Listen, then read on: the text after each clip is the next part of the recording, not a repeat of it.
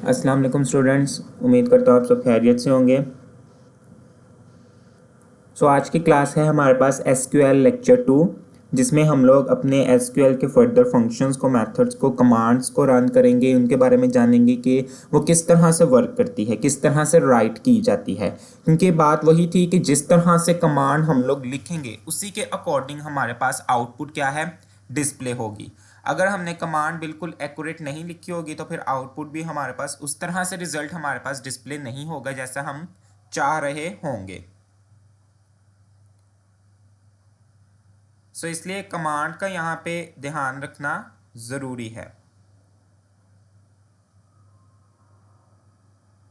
Last time हम लोगों ने पढ़ा था, एसक्यूएल का इंट्रोडक्शन देखा था हम लोगों ने कंप्लीटली कि एसक्यूएल में हमारे पास किस तरह से वर्क करती है, एसक्यूएल क्या है, क्यों यूज़ किया जाता है, किस तरह से यूज़ किया जाता है। तो ये तमाम तर चीज़ें हम लोगों ने देखी थी। अब आज हम लोग उन्हीं चीज़ों को आगे फर्दर जो है वो डिटेल्स में पढ़ेंगे। लाइक हमारे पास एसक्यूएल में हम दोबारा से जो है वो एक टेबल क्रिएट करेंगे। फिर कल वाली क्लास में तो हम लोगों ने अलग अलग ये काम किए थे, यानी टेबल अलग से क्रिएट किया, फिर हमने उसकी कमांड को रन किया, ठीक है, देखा टेबल क्रिएट हो गया। हमने फिर उस क्यूरी को क्या किया, ख़त्म किया, क्लियर किया, दोबारा से नई क्यूरी लिखी, इंसर्ट की, देन हमने उसमें फिर अपने कमांड्स लिखी। तो इस तरह से हम लोगों ने स्टेप बाय स्टेप काम किया था। लेकिन ये लाजमी नहीं है कि step by step he work किया जा सके।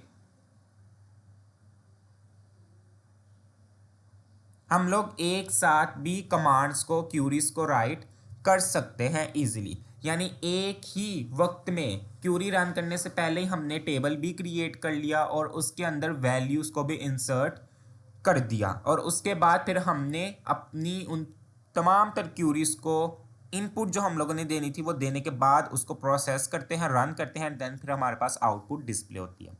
आज हमारे पास कुछ जो है वो बहुत ही यूज़फुल मेथड्स हैं, कीज़ हैं, फंक्शंस हैं, जिसमें हम लोग सेलेक्ट के साथ साथ, लास्ट क्लास में तो हम लोगों ने देखा था कि सेलेक्ट में हम लोग स्टैरिक यूज़ करते हैं। तो स्टैरिक का क्या मतलब होता है और उससे हमारे पास आउटपुट किस तरह से जनरेट होगी।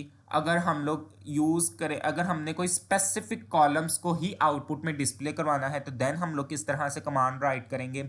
उसके बाद फिर बेसिकली अगर हमने कंडीशन अप्लाई करनी है, क्योंकि समटाइम्स क्या एसक्यूएल पे जब भी वर्क किया जाता है तो कोई ना कोई स्पेसिफिक कंडीशन के अकॉर्डिंग ही हम लोग रिजल्ट को एक्सट्रैक्ट करते हैं, फेच करते हैं, देखने के लिए क्यूरीज जो रिजल्ट हमारे पास आता है, यानी जो रिकॉर्ड हमें चाहिए होता है, तो उस पर कोई ना कोई कंडीशन अप्लाई करते हैं। उसके लिए कौन सी कमांड यूज़ होगी वो करेंगे, और उस कंडीशन के अंदर अगर कोई ऑपरेटर्स वगैरह यूज़ होते हैं तो उसका यूज़ करेंगे। और रिजल्ट को अगर हम लोगों ने सॉर्ट करना है तो देन उसका एसक्यूएल में क्या मेथड है। बाकी टूल्स में तो हम लोगों ने पढ़ लिया सॉर्टिंग के क्या मेथड्स होते हैं। एसक्यूएल के अंदर क्या मेथड्स हैं उनको हम लोग कवर करेंगे। तो ये छोटे छोटे जो हैं वो कुछ मेथड जो हैं हम लोग अपनी आज की क्लास में कवर कर लेंगे। क्लियर?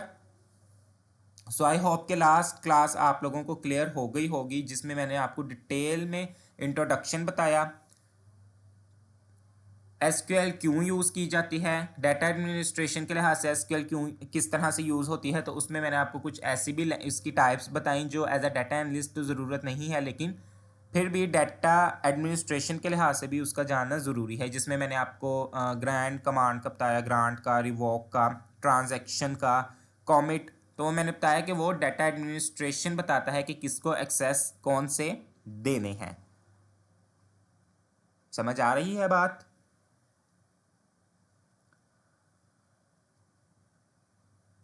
जी सर। ओके, स्क्रीन विजिबल है सबके साथ? जी देन सर। ओके, देन हम अपनी फिर क्लास स्टार्ट करते हैं। ओके, तो फिलहाल ये है कि जिसमें मैंने खुद डाटा क्रिएट किया गया है, क्योंकि कहा गया है, ये रिक्वायरमेंट है कि आपने एक टेबल क्रिएट करना है, डेटाबेस क्रिएट करनी है बेसिकली एसक्यूएल का यूज़ करते हुए, और उसमें आपने वैल्यूज़ इंसर्ट करनी है, यानी रिकॉर्ड्स को आपने डिस्प्ले करवाना है। मैंने कहा ठीक है, ये काम जो है वो मैंने कर लिया है। तो किस तरह से किया है, जब हमें उन कमांड्स का, उन क्यूरीज का पता होगा, क्रिएट टेबल करने के लिए हम लोग क्रिएट टेबल की कमांड यूज़ करते हैं, बेसिकली क्रिएट की। फिर टेबल क्रिएट किस नाम का वो बताते हैं। देन इन पैरेंथेसिस के अंदर हम अपने कॉलम्स की एट्रीब्यूट्स डिफाइन करते हैं कि कौन कौन से कॉलम्स आएंगे। एम्प्लॉय आईडी जिसकी डाटा टाइप इंटीजर होगी, पॉइंट्स में नहीं होगा, और वो प्राइमरी की होगी, यूनिक होगी। वॉरचार नेम के लिए आ जाती है, वॉरचार फिक्स नहीं होती। एज आ जाएगी और डिपार्टमेंट आ जाएगा। और अगर आपके पास एक कॉलम से आगे फर्दर मल्टीपल्स कॉलम्स है तो हर प्रीवियस कॉलम के एंड पे आप कॉमा का यूज़ करेंगे, और उसके बाद यहाँ पे आप फिर सेमी कॉलन लगाएंगे। अच्छा, लास्ट टाइम हम लोगों ने जो काम किया था वो यही किया था कि एक वक्त में हम सिर्फ क्रिएट कर रहे थे। क्रिएट करने के बाद इस क्यूरी को हम लोग रन करने के बाद ख़त्म करते थे, क्लियर करते थे, और उसके बाद फिर इंसर्ट करते थे। लेकिन ये लाजमी नहीं है, एक वक्त में मल्टीपल्स वर्क भी हो सकते हैं। तो यहाँ पे मैंने अभी ये कमांड रन करने से पहले ही मैंने यहाँ पे क्या लिख दिया है, इंसर्ट बी वैल्यूज कर दी हैं। यहाँ पे लिख देते हैं रिकॉर्ड्स। ओके, देन इसको हम रन करते हैं तो देखते हैं आउटपुट में हमारे पास क्या आ रहा है, स्टेटमेंट टर्मिनेटर। यहाँ पे इफ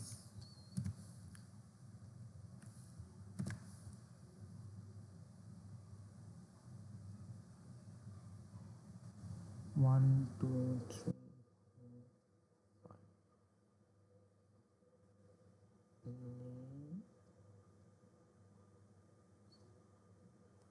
ओके, यहाँ पे हमारे पास क्या एरर है वो देखते हैं। वो बता भी रहा है कोमा का,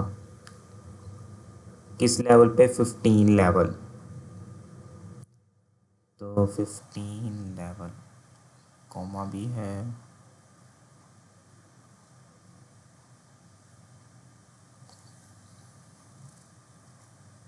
लाइन नंबर 13,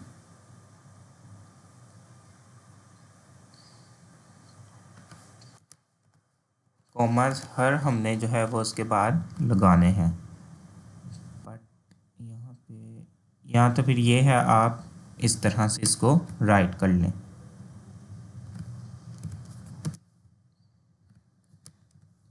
डिफरेंट जो है वो सर्वर, यहाँ पे आप एडिटर यूज़ कर रहे होते हैं तो उसमें ये इश्यूज आ जाते हैं।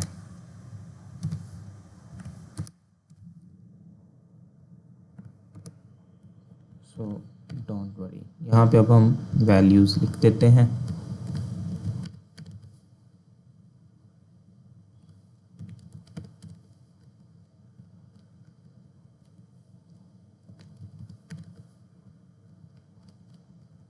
मैंने आपको बताया कि आप स्मॉल केस में लिखें या कैपिटल केस में, इसमें इतना कोई इशू नहीं है।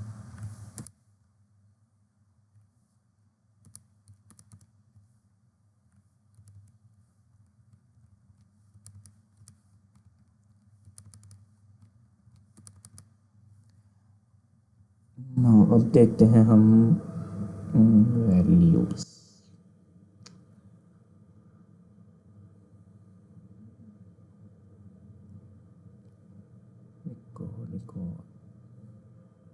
पहले तो जो है वो बिल्कुल क्यूरी रन इजीली हो गई थी, लेकिन अब जो है वो सेंटेन एरर दे रहा है।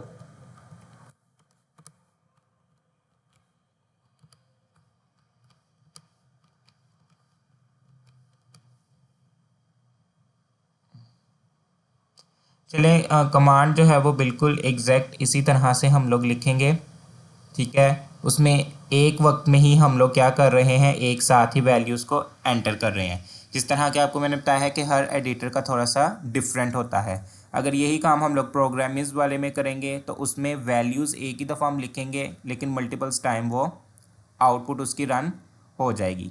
तो इसमें जो है वो टेंशन लेने वाली बात नहीं है।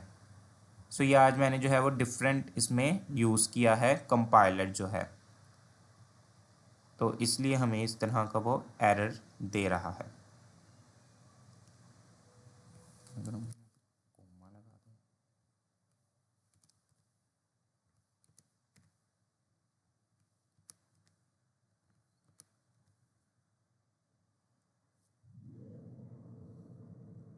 ठीक है। अच्छा, यहाँ पे एक और एडिटर है जिस तरह कि मैंने कहा, अब यहाँ पे आपके पास टेबल्स पहले से ही बने हुए हैं, ठीक है, लेकिन एटलीस्ट आप लोगों को ये आइडिया हो चुका होगा कि अगर आप लोग एसक्यूएल में टेबल बनाने के लिए कहा जाए, क्रिएट करने के लिए कहा जाए, तो आप लोग ईजिली कर सकते हैं। जिसमें आपकी क्या रिक्वायरमेंट्स होगी कि ठीक है, टेबल किस तरह का क्रिएट करना है, मींस किस नेम का, तो वो कोई भी हो सकता है, एम्प्लॉयज़ का टेबल हो सकता है, वो कस्टमर्स का टेबल हो सकता है, प्रोडक्ट का टेबल हो सकता है, सेल्स का टेबल हो सकता है, मैनेजमेंट का टेबल हो सकता है, इन्वेंट्री का टेबल हो सकता है, तो वो टेबल किसी भी तरह का हो सकता है।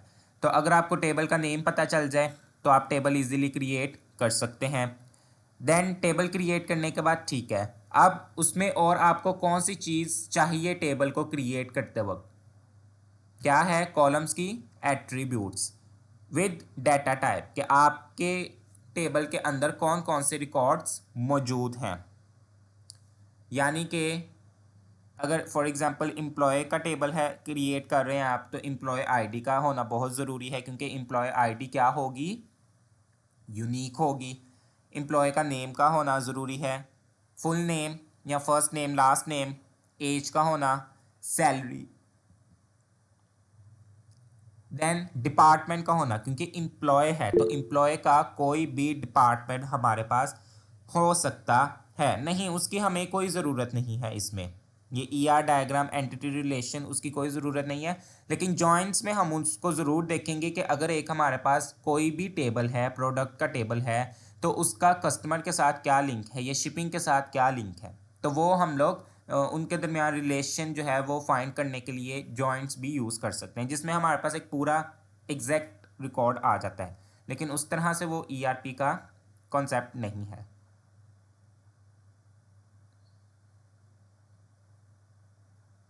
बट काम वही होगा जो मैंने आपको जॉइंट्स में बताया, क्योंकि डिफरेंट डिफरेंट टेबल्स आपके पास इंसर्ट होंगे, डिफरेंट डिफरेंट टेबल्स बनेंगे, जिसकी मैंने आपको आई थिंक लास्ट क्लास में ही एग्जांपल दी थी कि आप लोग ऑनलाइन शॉपिंग करते हैं तो उसमें प्रोडक्ट का रिकॉर्ड अलग से रिकॉर्ड होता है टेबल में, और कस्टमर जो अपनी इंफॉर्मेशन देता है वो अलग से एंटर होती है। लेकिन जब एट द एंड एनालिसिस किया जाता है कि कितनी रिकॉर्ड्स की सेल हुई है, देन किस कस्टमर नंबर ने किस वाली प्रोडक्ट नंबर्स को गेट किया है, परचेज किया है, तो उसके लिए फिर हमें जॉइंट्स मेथड यूज़ करने पड़ते हैं। तो वो एटलीस्ट हम लोग उनमें रिलेशन ही देख रहे होते हैं कि अगर एम्प्लॉय की आईडी वहाँ पे इंसर्ट हुई है, सॉरी कस्टमर की CR20 वट एवर ये है, तो उसके साथ कितनी प्रोडक्ट्स लिंक होंगी, तो वो हम रिलेशन ही देख रहे होंगे कि अच्छा इस वाले एम्प्लॉय ने जो रहने वाला लाहौर का है उसने जो है ऑनलाइन शॉपिंग की है 5 प्रोडक्ट्स की, वो कोई भी हो सकती है, शर्ट्स हो सकती हैं, कोई भी शैम्पू बॉटल हो सकती है, व्हाट्सएवर प्रोडक्ट्स में हम कोई एक कैटेगरी नहीं कह सकते। क्लियर? तो वही यहाँ पे हमारे पास जो है वो बातें आती जाएंगी। अच्छा, यहाँ पे आपके पास ये W3 स्कूल वेबसाइट है, यहाँ पे आपके पास टेबल्स भी आपको मिल जाएंगे क्रिएट हुए, और सही जो है वो आपको मिल जाएंगे यहाँ पे रिकॉर्ड्स में। देखें इसमें आपके पास कॉलम्स के एट्रीब्यूट्स का है, क्या है, एट्रीब्यूट्स बेसिकली कहते हैं कि जिसमें हम उन नेम्स को, उन फील्ड्स को डिफाइन कर रहे हैं कि जो स्पेसिफिक रिकॉर्ड किस कॉलम के अंदर आएगा। अब कस्टमर आईडी है, कस्टमर आईडी मतलब स्पेसिफिक आईडी है, यूनिक आईडी है, और वो नंबर्स में होगी, लेकिन मैं उसके अंदर डाटा इंसर्ट कर रहा हूँ स्ट्रिंग बेस, ऑब्जेक्ट बेस, तो ये क्या है, एरर है।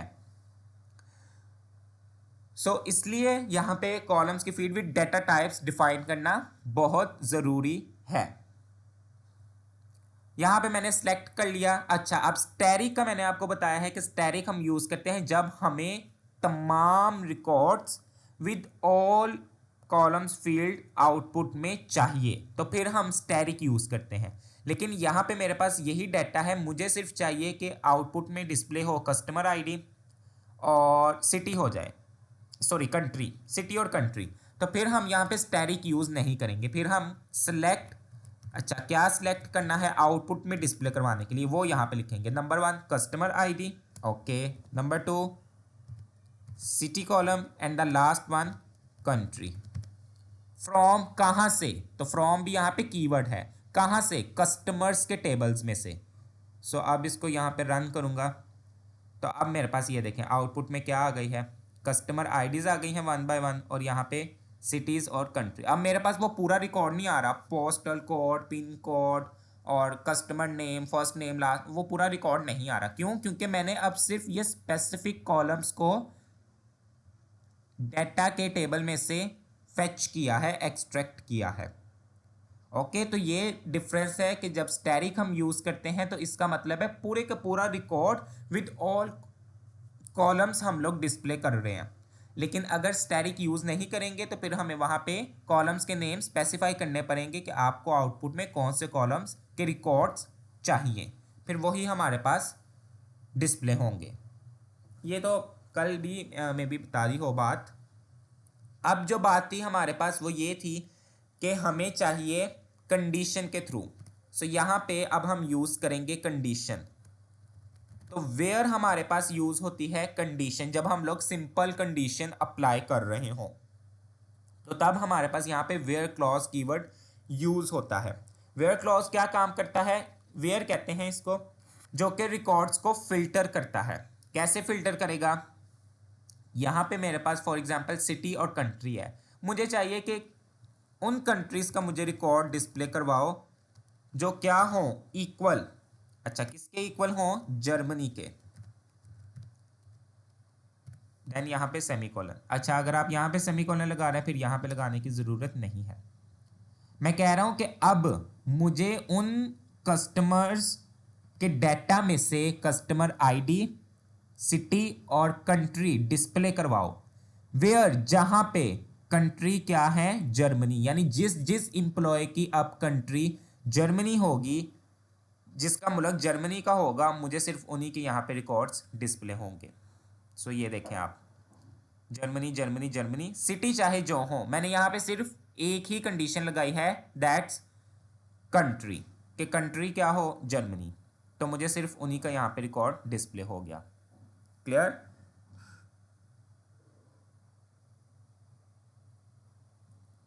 और अगर मुझे जर्मनी वाले ही एम्प्लॉयज़ का, जिनकी कंट्री जर्मनी से है, जिनका ताल्लुक जर्मनी कंट्री से है, मुल्क से है, मुझे अगर उनका पूरा रिकॉर्ड डिस्प्ले करना है विद ऑल कॉलम्स, तो फिर सिलेक्ट के बाद हम यहाँ पे क्या यूज़ कर लेंगे? स्टैटिक। ओके, तो स्टैटिक में हमारे पास फिर सारे कॉलम्स आ जाएंगे।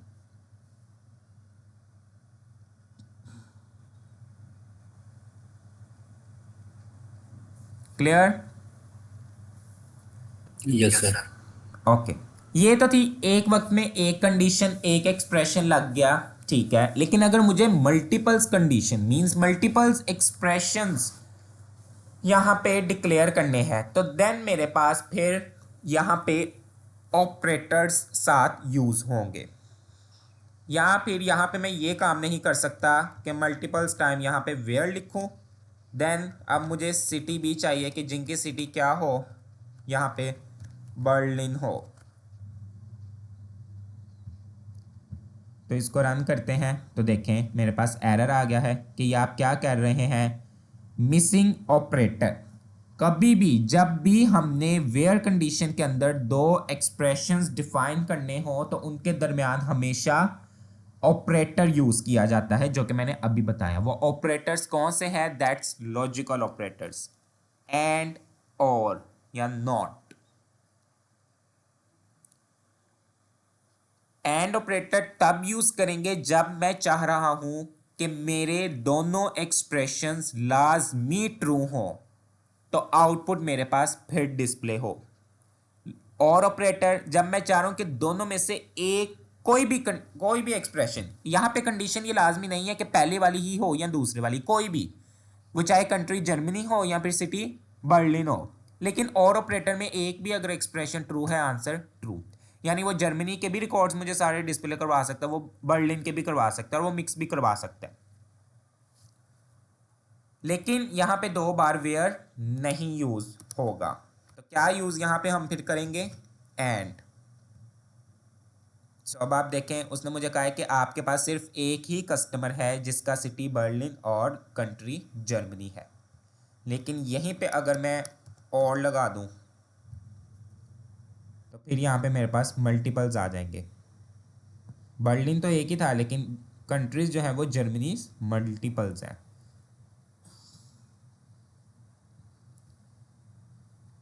लेकिन अगर मैं चाह रहा हूं कि मैंने ये कंडीशन दे दी है और इसी के बरक्स मेरे पास क्या हो, फॉल्स आए कंडीशन, तो उसके लिए क्या है, हम लोग क्या यूज़ करते हैं, नॉट ऑपरेटर। फिर यहाँ पे मुझे पैरेंथेसिस के अंदर डिफाइन करना, क्योंकि नॉट मैं इस पूरी कंडीशन के ट्रू होने को रिवर्स कर रहा हूँ, फॉल्स कर रहा हूँ। अब मेरे पास कंट्री में ना तो जर्मनी आएगा और ना बर्लिन, इनके अलावा सारे रिकॉर्ड्स आएंगे, क्योंकि नॉट हो गया। पहले ट्रू हो रही थी कि जर्मनी के सारे रिकॉर्ड्स डिस्प्ले हो रहे थे, बर्लिन एक ही था, लेकिन जर्मनी जितनी भी कंट्रीज आ रही थी वो सारी डिस्प्ले हो रही थी। अब मैंने इस पूरी की पूरे एक्सप्रेशन को ट्रू होने के बावजूद फॉल्स में कन्वर्ट कर दिया, क्योंकि नॉट ऑपरेटर यूज़ कर दिया। तो ये ऑपरेटर्स दोनों तीनों हमारे पास यूज़ होते हैं जब हम लोग वेयर कंडीशन का यूज़ करते हैं।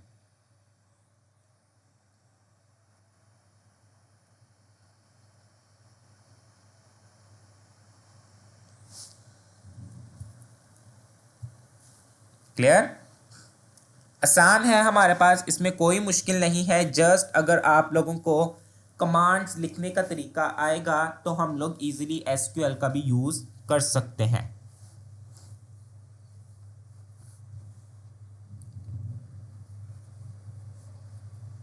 ओके, अब है हमारे पास यहाँ पे एक यूज़ होता है फंक्शन कीवर्ड।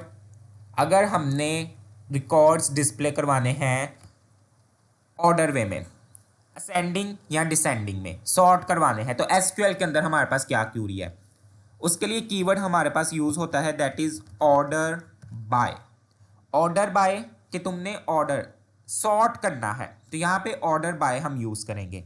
ओके, अब ऑर्डर बाय के आगे हमें एक स्पेसिफिक कॉलम बताना पड़ेगा कि किस कॉलम के अकॉर्डिंग आप वैल्यूज़ को सॉर्ट करना चाह रहे हैं। जिस तरह एक्सेल और पाइथन में हम लोग एक स्पेसिफिक कॉलम्स के अकॉर्डिंग बताते थे, एक्सेल में हमने जिस भी कॉलम को सॉर्ट करना होता था उसको सिलेक्ट करते थे, जाके सॉर्ट पे क्लिक कर देते थे, वो सॉर्ट हो जाता था असेंडिंग या डिसेंडिंग में, smallest to largest, largest to smallest.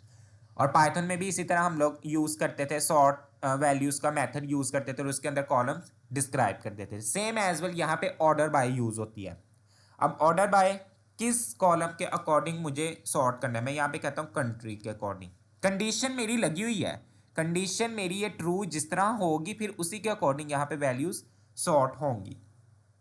तो यहाँ पे मैंने लिख दिया ऑर्डर बाय और आगे क्या लिख दिया, कंट्री। तो आप देखें यहाँ पे मेरे पास बाय डिफ़ॉल्ट असेंडिंग वे में हो गई है। पहला हर कंट्री का अगर आप वर्ड देखें तो ए है, ए के बाद बी, बी के बाद C, D, E, F up to so on. मैंने आगे लिखा नहीं है ऑर्डर बाय, सॉरी असेंडिंग या डिसेंडिंग, लेकिन अगर मैं कुछ भी नहीं आगे लिखूंगा तो इसका मतलब है वो बाय डिफ़ॉल्ट क्या करेगा, असेंडिंग में उसको सॉर्ट करेगा। और अगर डिसेंडिंग में करवाना है, असेंडिंग में करवाने के लिए ए एस सी का यूज़ करते हैं हम शॉर्टली।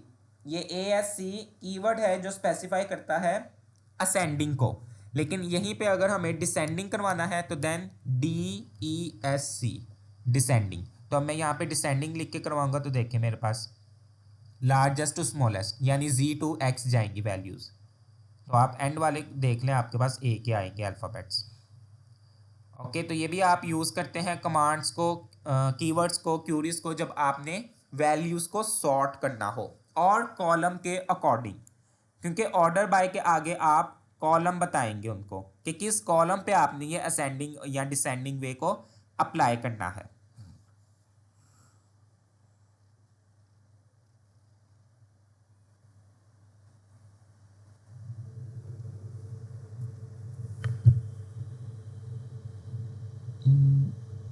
इसको हम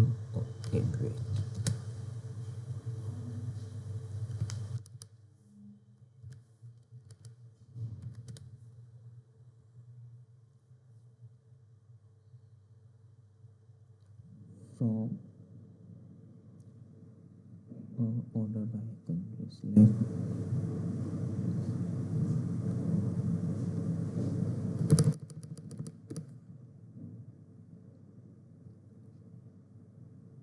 ओके, अब आप ये देखें कंट्री के अकॉर्डिंग मेरे पास वैल्यूज डिसेंडिंग हो गई है। सिर्फ स्टैटिक का यूज़ मैंने किया है कि मुझे सारे रिकॉर्ड्स ही डिस्प्ले करवाने हैं।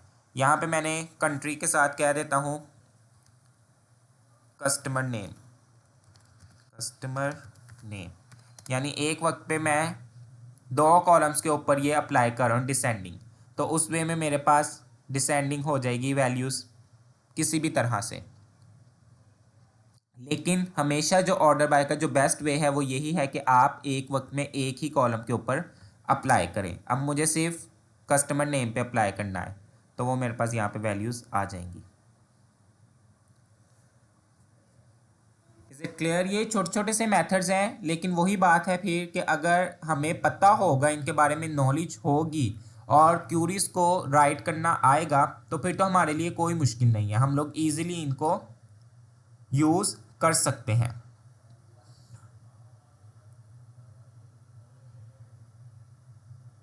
क्लियर?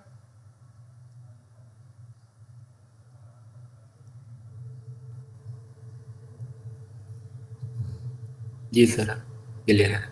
ओके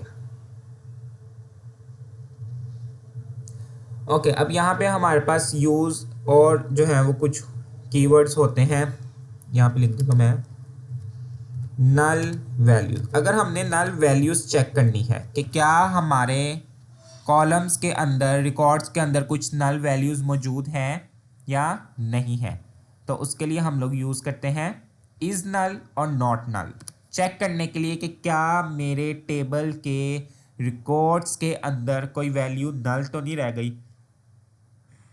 तो यहाँ पे क्या यूज़ करते हैं, वेयर।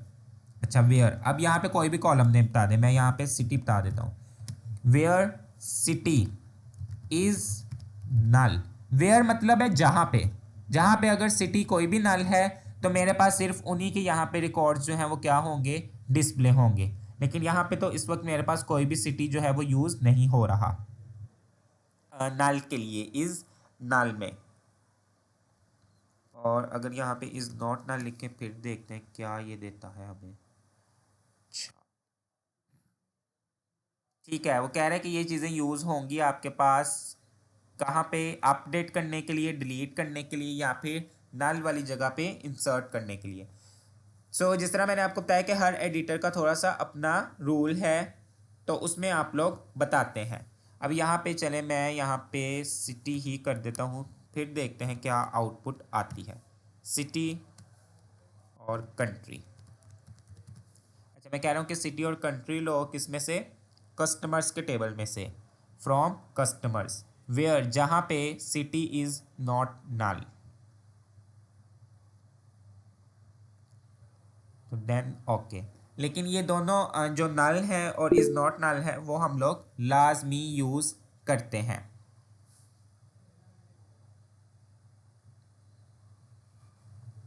नॉट नल में हमारे पास सारा डाटा आ जाएगा कि नल नहीं है, लेकिन इस नल में इज नल नल है, तो जो सी वैल्यूज नल होंगी, जिस रिकॉर्ड के अंदर पूरी तरह से इंसर्ट वैल्यूज नहीं होंगी, तो इसका मतलब है उसके अंदर नल वैल्यूज मौजूद हैं, तो इज नल नल है, तो उसके बरक्स फिर हमारे पास आउटपुट में वो रिकॉर्ड्स आएंगे जिनमें कोई ना कोई नल वैल्यू होगी।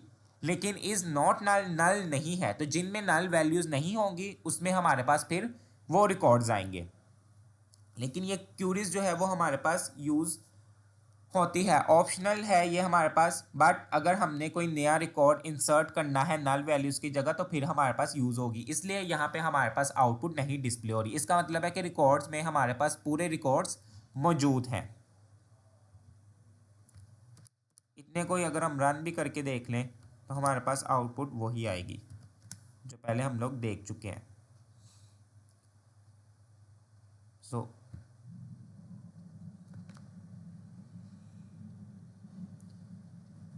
ये रन क्यों नहीं हो रहा, ये ले सारे रिकॉर्ड्स हमारे पास यहाँ पे मौजूद हैं। ये तो चले 91 है तो इसको तो हम लोग स्क्रॉल करके देख सकते हैं, लेकिन अगर हमारे पास रिकॉर्ड्स बहुत ज़्यादा हों तो फिर हम लोग अपनी एक कमांड या क्यूरीज को यूज़ कर सकते हैं।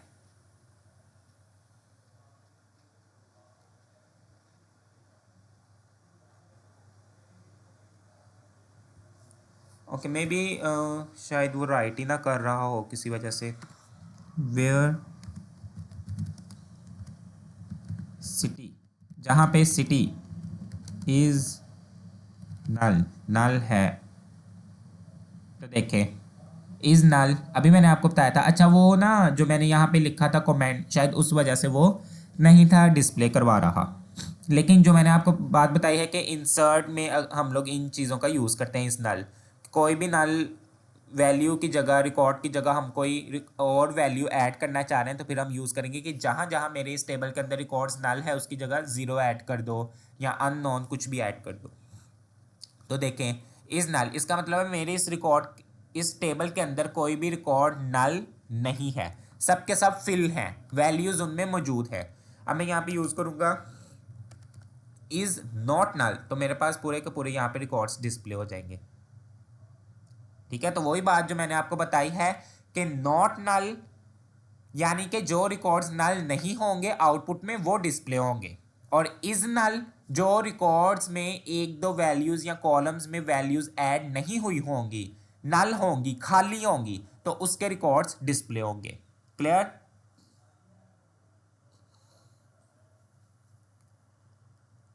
यस, वो कमेंट की वजह से, क्योंकि कुछ जो है ना वो एडिटर्स वगैरह में ऑनलाइन में ये इशू होते हैं, बट एटलीस्ट आपको ये पता चल गया है कि किस तरह से कमांड्स को हम लोग यूज करेंगे।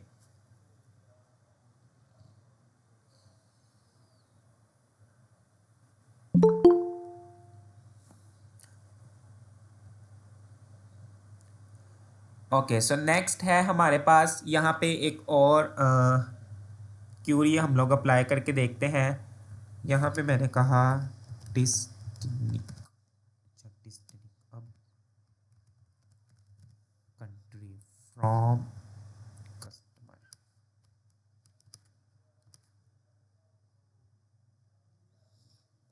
अच्छा, यहाँ पे अब मेरे पास यूनिक रिकॉर्ड्स आ गए हैं। जब भी आपने यूनिक रिकॉर्ड्स डिस्प्ले करवाने हैं, क्योंकि अगर आप यहीं पे बात करें तो जर्मनी, हमारे पास जर्मनी से रिलेटेड मल्टीपल्स रिकॉर्ड्स थे, लेकिन ये डिस्टिंक्ट हमारे पास यूज़ होती है कीवर्ड जिसमें यूनिक रिकॉर्ड्स डिस्प्ले करवाने हो। तो टोटल जो कंट्रीज़ के रिकॉर्ड्स हमारे पास डाटा के अंदर मौजूद हैं वो 21 कंट्रीज़ हैं। मल्टीपल ज़रूर हैं, डुप्लीकेट ज़रूर है, कि लाजमी नहीं है कि एक कंट्री से एक ही एम्प्लॉय होना चाहिए, मल्टीपल्स हज़ारों हो सकते हैं, लाखों हो सकते हैं। तो इसलिए हमारे पास यहाँ पे यूज़ होता है ये चेक करने के लिए, यूनिक वैल्यूज़ को चेक करने के लिए हम लोग डिस्टिंक्ट का यूज़ करते हैं। अब मैंने यहाँ पे आगे लिखा है कंट्री, क्योंकि एम्प्लॉयज़ तो मेरे पास जाहिर सी बात है एक नाम के ज़्यादा नहीं होंगे, लेकिन कंट्रीज ज़रूर होंगी। तो इसलिए यहाँ पे मेरे पास क्या रिकॉर्ड आ गया है, यहाँ पे अगर मैं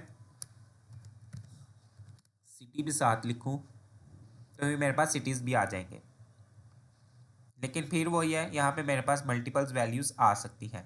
तो मुझे सिर्फ यहाँ पे एक वक्त में कंट्री देखना है कि कितने कंट्रीज यूनिक हैं, तो 21 है, यानी ये 21 टोटल रिकॉर्ड कितना है 91, लेकिन उसके अंदर कितने मेरे पास यूनिक कंट्रीज़ हैं 21।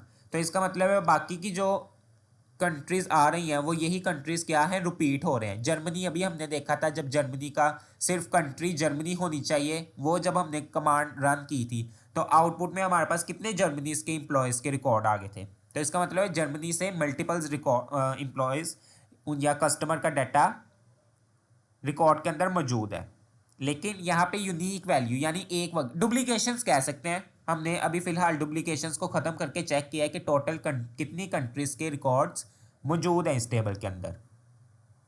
आई होप आप लोगों को समझ आई होगी।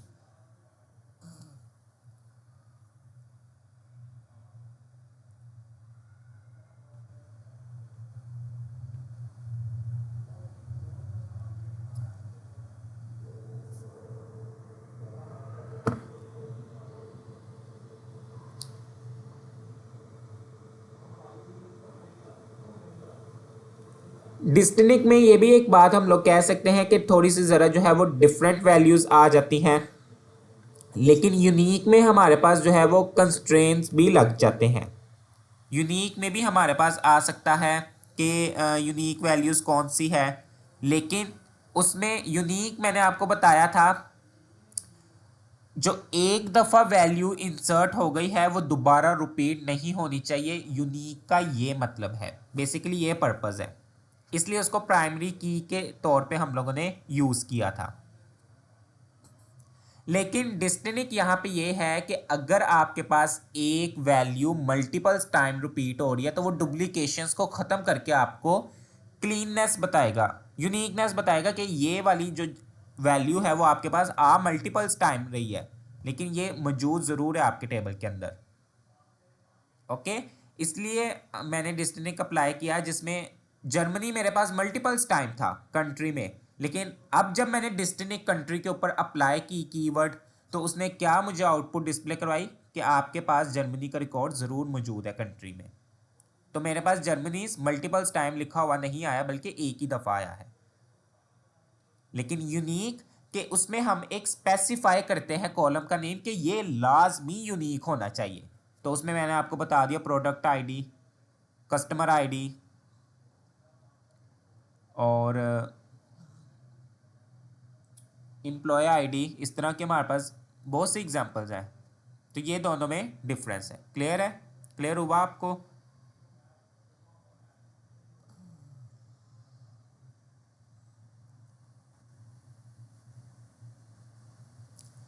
ओके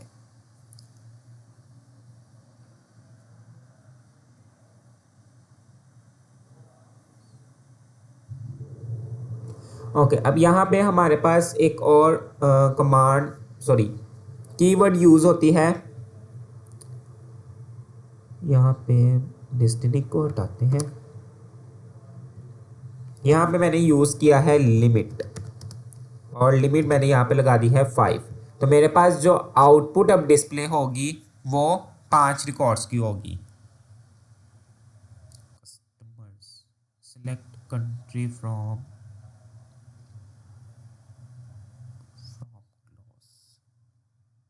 यहाँ पे कंट्री नहीं, पूरा रिकॉर्ड डिस्प्ले करवाने के लिए static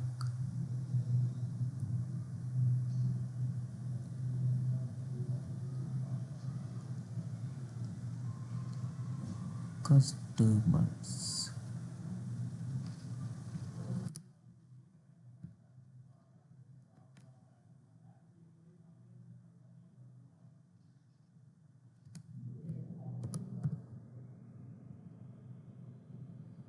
character found after end of, पता नहीं इसका यही समटाइम्स जो है वो इशू आता है। सिलेक्ट फ्रॉम फ्रॉम क्लॉज, कहाँ से? कस्टमर में से। लिमिट यहाँ पे मैंने अप्लाई की है कि मुझे मैक्सिमम जो है वो 3 रिजल्ट यहाँ पे डिस्प्ले करवाने हैं। सो उसके लिए यहाँ पे मैंने क्या लगा दी है? लिमिट। लेकिन चलें साथ में कंडीशन भी अगर लगा के देख लें कि वेयर, जहाँ पे फ़िलहाल मैं कह रहा हूँ कि कंट्री होनी चाहिए इक्वल, मेरे पास यूएसए भी था कंट्री में, उसको अप्लाई कर लेते हैं यूएसए। अब देखते हैं रन होगी या नहीं। यूएसए लिमिट बता तो दी है इसको 5 के लिमिट कितनी होनी चाहिए। Limit LIMIT country USA customers.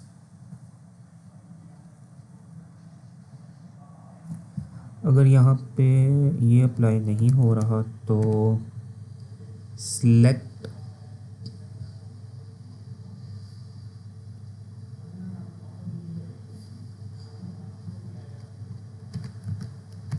Top top. Okay चलिए ये अप्लाई यहाँ पे हो गई है। अच्छा लिमिट का जो मैंने आपको बताया था, फिर लिमिट में हमारे पास जब आउटपुट डिस्प्ले होती है तो वो सिर्फ 3 रिकॉर्ड्स की होती है। वो रिकॉर्ड्स आपके पास कोई भी हो सकते हैं अकॉर्डिंग टू दैट कंडीशन। सो ये लिमिट का पर्पस है। और टॉप यहाँ पे नंबर ऑफ रिकॉर्ड्स कितने आपको आउटपुट में डिस्प्ले करवाने हैं वो यहाँ पे बता रही है। लेकिन लिमिट भी हमारे पास उसी तरह से यूज़ होती है कि एक लिमिट एक बाउंड्री फिक्स कर देते हैं कि तुमने मुझे 3 ही रिकॉर्ड्स चेक करवाने हैं, इससे ज़्यादा नहीं करवाने। तो यहाँ पे देखा जाए तो 3 ही आ रहे हैं जिनकी कंट्री यूएसए के। तो टॉप, अब टॉप आ गए हैं। टॉप से मुराद है कि जो ऊपर के हमारे पास 3 रिकॉर्ड सबसे ज़्यादा जो यूएसए की फील्ड में हमारे पास 90% में आ रहे होंगे। ठीक है, यानी कि यूएसए के फॉर एग्जांपल मेरे पास अगर 10 रिकॉर्ड्स हैं इस टेबल के अंदर, तो उन 10 रिकॉर्ड्स में से, क्योंकि कंडीशन क्या लगाई है कि जहां पे कंट्री क्या है यूएसए, तो यूएसए के मेरे पास 10 रिकॉर्ड हैं, तो 10 रिकॉर्ड में से मैं टॉप 3 कह रहा हूं, यानी जिनकी सबसे ज़्यादा बेस्ट परफॉर्मेंस कह सकते हैं रही गई हो, तो उसमें से जो टॉप 3 हैं वो आ जाएंगे। यहीं पे अगर फॉर इसकी सिंपल एग्जांपल ली जाए, हमने क्लास से ऐसे बच्चों को, ऐसे 3 बच्चों के हमें नाम चाहिए जिनकी परसेंटेज 90 से 99 के दरमियान टॉप 3 में आती हो। तो वो कौन से हो सकते हैं? उसमें बच्चे 3-4 हो सकते हैं, 95 के भी, 94 के भी, 96 के भी, 97 के भी हो सकते हैं। तो फिर क्या देखा जाएगा कि सबसे पहले 99 के पास पास किसकी है, तो 97 वाला होगा, उसका नाम ले लिया जाएगा। फिर 98 वाला भी अगर होगा उसका नाम ले लिया जाएगा, 98 पहले आएगा, 97 बाद में। और फिर अगर 96 वाला नहीं होगा, फिर 95 वाले देखे जाएंगे। तो 95 में फिर हमारे पास कितने होंगे? 3 बच्चे होंगे, तो उनमें से एक सेलेक्ट कर लिया जाएगा, या फिर मे बी ये भी हो सकता है कि तीनों कर लिया जाए। तो वो टॉप की लिमिट आ गई है। ठीक है, तो यहीं पे इसी तरह ये एग्जांपल देने का मकसद था कि आप लोगों को समझ आ जाए कि टॉप 3 के यूएसए के टोटल अगर 10 रिकॉर्ड्स हैं, तो उनमें से जो टॉप 3 के हैं वो हमारे पास यहाँ पे रिकॉर्ड्स डिस्प्ले हो गए हैं। लेकिन नहीं, लिमिट भी यूज़ हो जाती है। अगर आप लोग प्रोग्रामिंग एडिटर यूज़ करेंगे तो उसमें आपके पास लिमिट यूज़ होगी। जिस तरह मैंने लिमिट का यहाँ पे वो राइट किया था ना, कमांड लिखी थी, आपके पास एग्जैक्ट वैसे ही लिमिट की यूज़ होगी। उसमें भी यूज़ होती है, पोस्टग्रेसक्यूएल में भी और एसक्यूएल में भी यूज़ होती है। इसलिए मैंने लिमिट ही सबसे पहले अप्लाई की थी। ओके, किसी का कोई क्वेश्चन है यहाँ तक तो पूछ लें, अदरवाइज आज की क्लास में हमारे पास इतना ही था। इंशाल्लाह नेक्स्ट क्लास में हम अपने अब एग्रीगेशन फंक्शंस को अप्लाई करेंगे, जिनको स्टैटिस्टिकल फंक्शंस भी कहा जाता है। अगर हमें रिकॉर्ड सम में चाहिए, एवरेज चाहिए, हमें किस तरह से वो अप्लाई की जाती है, काउंट टोटल रिकॉर्ड्स करने हैं कि मेरे पास टोटल हर कंट्री के कितने टोटल रिकॉर्ड्स आ रहे हैं। जिस तरह मैंने आपको एग्जांपल दी यूएसए के 10 हैं, तो मुझे कैसे पता चलेगा इतने ज़्यादा डाटा में से कि वो 10 रिकॉर्ड्स हैं? तो उसके लिए हम एग्रीगेशन फंक्शंस अप्लाई करेंगे। फिर उसी के साथ साथ इंशाल्लाह हम लोग अपनी डिलीट कमांड्स, अगर मुझे डिलीट करना है कोई भी कमांड तो उसका यूज़ करेंगे, ऑल्टर किस तरह से करते हैं वो यूज़ करेंगे, अपडेट कैसे करते हैं वो यूज़ करेंगे। एंड देन फिर हमारे पास जॉइंट्स का मेथड भी यूज़ होगा। और जॉइंट्स का मेथड मैंने आपको बताया हुआ है कि आई थिंक मैंने आप लोगों को कहा था जब हम लोग पाइथन में जॉइंट्स यूज़ कर रहे थे मर्ज मेथड में, तो मैंने कहा था कि जो वहाँ पे आपको मैंने डिटेल से कॉन्सेप्ट बताया है, एग्जैक्ट वही कॉन्सेप्ट आपके पास यहाँ पे जॉइंट्स का यूज़ होगा, left right outer inner. Okay, so जब जॉइंट्स का हम लोग टॉपिक कवर करेंगे तो फिर आई होप कि मुझे आपको इतनी डिटेल से नहीं बताना पड़ेगा। क्लियर है? किसी का कोई क्वेश्चन है तो पूछ लें, अदरवाइज आज की क्लास हम यहीं पे एंड करते हैं। आई होप कि आप लोगों को समझ आई होगी। ये छोटे छोटे फंक्शंस हैं लेकिन हेल्पफुल रहते हैं, क्योंकि हम लोग बड़े डाटा पे वर्क कर रहे होते हैं, तो उसमें से हमें स्पेसिफिक रिकॉर्ड्स की ही हमेशा ज़रूरत पड़ती है। यही चेक करने के लिए कि मेरे पास स्टॉक में कितनी प्रोडक्ट्स, कितना माल, कितना स्टॉक बाकी रह गया है, तो उसको भी हम लोग चेक करने के लिए एग्रीगेशन फंक्शंस अप्लाई करते हैं, अपनी एसक्यूएल में कमांड्स राइट करते हैं, उसी के अकॉर्डिंग आउटपुट आती है। फिर एम्प्लॉयज़ का डाटा है तो उसमें चेक करने के लिए कि हर डिपार्टमेंट में इस डिपार्टमेंट से रिलेटेड कितने एम्प्लॉयज़ इस कंपनी के अंदर काम कर रहे हैं, उनमें से किसकी परफॉर्मेंस बेस्ट है, तो उसमें से हम लोग टॉप 3 ले लेंगे, टॉप 4 ले लेंगे, टॉप 5, मतलब जो टॉप के होंगे लोग। तो इस तरह की कमांड्स ही हम लोग अपनी एसक्यूएल पे अप्लाई करते हैं। Clear?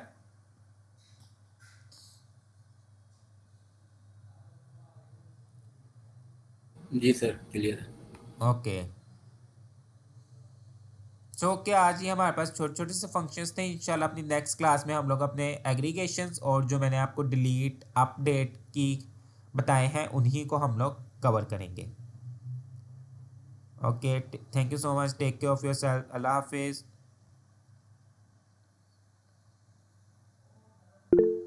My pleasure, thank you, अल्लाह हाफिज़।